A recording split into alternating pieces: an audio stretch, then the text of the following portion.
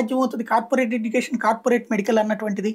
ఇది కేవలం ధనవంతుడికి లేదా మనం ఆస్తులను అమ్ముకునైనా సరే ఎఫర్ట్ చేయగలిగిన వాడికి మాత్రమే సాధ్యమవుతుంది. అంతే కదా?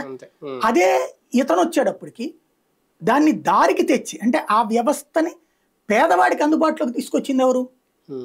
Rajasekhar Reddy, fee reimbursement, Aarogyasri. అదే లేకపోతే ఒక పేదోడు సాఫ్ట్వేర్ ఇంజనీర్ అనేది అసాధ్యం కదా. ఒక ఇవాళ బెంగళూరులో ఇట్లా చేస్తున్నటువంటి వాళ్ళలో రాజశేఖర రెడ్డి ఎప్పుడు 2004, 2009 ఆ టైంలో 2004 తర్వాత సాఫ్ట్వేర్ ఇంజనీర్ అయినటువంటి పేదవాళ్ళలో ప్రతి ఒక్కరు ఫీజు రియంబర్స్మెంట్ మీద వెళ్ళినోడేగా. ఇంకా ఫీజు రియంబర్స్మెంట్ ఇంజనీర్లు ఎక్కువైపోయారు బాగా, అది ఉద్యోగాలు లేక. ఖచ్చితంగా నేను ఒప్పుకుంటా. కానీ అసలంటూ అవకాశాలు వచ్చినప్పుడే అంతకు ముందు కేవలం డబ్బున్నోళ్ళ కుటుంబాలలో వాళ్ళు మాత్రమే డాక్టర్ గాని ఇంజనీర్ గాని. అట్లాంటిది డబ్బున్నటువంటి వాళ్ళు కాదు, పేదవాళ్ళకి కూడా అది అన్నటువంటి ఒక విజన్ ని ఆ రోజు రోసయ్య, నాకు ఆయన ముఖ్యమంత్రిగా ఉన్నప్పుడు ఆయనతో బాగా రిపోర్టింగ్ చేశాను కాబట్టి ఆయన నాకు ఇంటర్వ్యూ ఇచ్చిన దాంట్లో కూడా చెప్పుకొచ్చారు.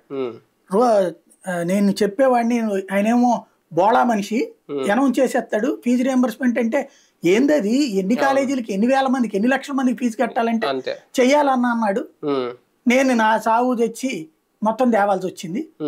అదే ఒక సమస్య అనుకుంటే ఈలోపు మెడికల్ అని పెట్టుకొచ్చేసాడు.